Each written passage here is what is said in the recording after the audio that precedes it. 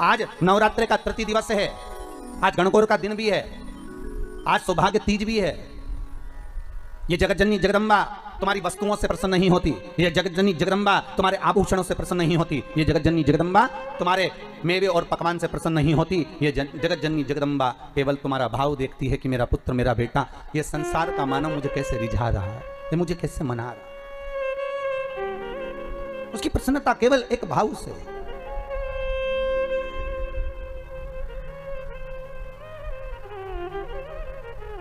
केवल एक भाव। और जब निर्मल मन, निर्मल विचार, निर्मल सोच, निर्मल बुद्धि, निर्मल चित्त हमारे भीतर का आ जाता है महाराज, तब दुनिया का संपूर्ण सुख हमारे सम्मुख में हो जाता है। केवल मन। और ये मन, ये चित्त, ये वृत्ति शिव के साथ जब लग जाए। भगवान शंकर का जब शिवलिंग प्रकट हुआ तो भगवान शंकर ने पूछा, मुझे प्रकट करने का कारण क्या था? क्या आप नारायण को यह पता नहीं था कि मैं आपका पिता हूं? क्या ब्रह्मदेव को यह मालूम नहीं था कि मैं इनका दादा हूं?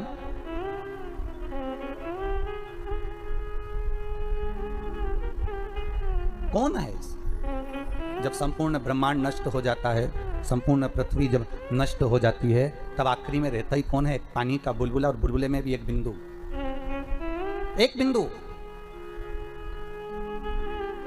कभी ब्रह्म कुमारी आश्रम में जाकर देखिएगा, वहां से अगर आप ज्ञान प्राप्त करेंगे तो वहां की बहन जी बताती हैं कि मात्र अगर इस संसार की रचना का केंद्र बिंदु कोई परमात्मा है तो एक बिंदु है। वो बिंदु कोई दूसरा नहीं, आद्य शक्ति भगवान शिव ही, शंकर ही उस ब्रह्म कुमारी आश्रम में बताया जाता है। बहन जी बताती हैं कि ये बिंदु ही शंकर है, उस शंकर से ही सर्व जगत की उत्पत्ति है, उस शिव से, उस शंकर से, उस कैलाशी से, उस त्रिकालदर्शी से सर्व जगत की उत्पत्ति है। जैसे मकड़ी जाले को बना देती है और भगवान शंकर भी उसी तरह जाले को निर्मित कर देते हैं, संसार को निर्मित कर देते हैं। पर जब देखते हैं कि संसार के लोग मुझसे दूर हो गए, ये संसार के लोग भजन चित्त वृत्ति से दूर हो गए, इनके भीतर का अहंकार जाग गया है, अहंता जाग गई है, और दिन भर एक बात कहते हैं, मैं हूं, मैं कर रहा हूं। अगर मैं दुकान नहीं जाऊंगा तो काम नहीं होगा, मैं घर नहीं चलाऊंगा तो काम नहीं होगा, मैं फैक्ट्री नहीं चलाऊंगा तो फैक्ट्री नहीं चलेगी, अगर मैं नहीं होगा तो यह काम नहीं होगा। हर व्यक्ति के मन में केवल एक ही बात अड़ जाती है कि मैं हूं तो हो रहा है, मैं हूं तो होगा, अगर मैं नहीं होगा तो कुछ नहीं होगा। ना तुम्हारी फैक्ट्री चल रही थी, ना तुम्हारी दुकान चल रही थी, ना तुम्हारे घर में कोई कमाने जा रहा था, ना कोई सामान लेने जा रहा था। फिर यह बताओ कि तुम्हारा घर कौन चला रहा था? घर चलाने वाला वो आदिशक्ति भगवान शिव ही था, वो त्रिकालदर्शी, वो कैलाशी, वो शंकर ही था। भगवान शिव को दिखाना था कि ये मैं हूं, इसलिए रुद्राष्टाध्याय में आया, आकाश पताल सर्वस्व में, कोई दूसरा नहीं। तलातल में मैं हूं, रसातल में मैं हूं, जलचर में मैं हूं, थलचर में मैं हूं, वायुचर में मैं हूं, तुम्हारी श्वासों में मैं रमण कर रहा हूं। तुम मुझे पहचान गए, फिर संसार सागर का कोई दुख तुम्हारे सम्मुख में नहीं आ सकता।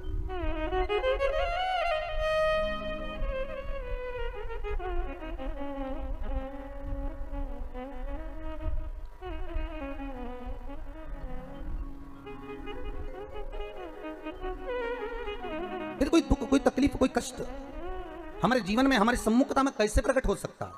कैसे आ सकता है? आप अगर दिल से परमात्मा को रिझा रहे हो, आप अगर दिल से परमात्मा को बुला रहे हो, तो उस परमात्मा को तुम्हारे सम्मुख में होना जरूरी है।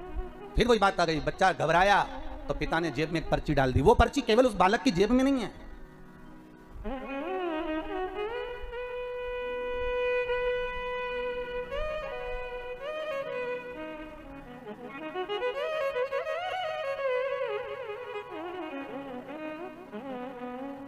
वो पर्ची केवल एक बालक की जेब में नहीं, वो पर्ची भगवान जब हमें पैदा किया, संसार सागर में जब उसने भेजा, माता के गर्भ से जब हमने जन्म लिया, वो पर्ची भगवान ने अपनी जेब में भी डालकर भेजी है। इस मन में एक पर्ची को रख दिया गया है कि जब तू दुख लगे, जब तुझे कष्ट लगे, जब तुझे लगे कि अब कोई साथ नहीं दे रहा, तब चिंता मत करना, वो पर्ची को निकाल लेना कि पीछे मैं खड़ा हूं, तो चिंता मत करना, मैं तेरे साथ में हूं। अगर सुख में हूं तो दुख में भी तेरे साथ में हूं। क्यों चिंता, क्यों चिंता? आज तीज है, सौभाग्यवती केवल 7 दाने चावल के जल के पात्र में चंदन में भिगो कर डाल देने पर, और उससे कामना कर कर, आरोग्यता की कामना कर कर, मात्र घर के जो मटका होता है, परिंदा होता है, उसके पास में समर्पित कर देने पर भगवान शंकर का नाम स्मरण कर कर जीव की रोग से मुक्ति भी हो जाती है। रोग नहीं घेरता उसको,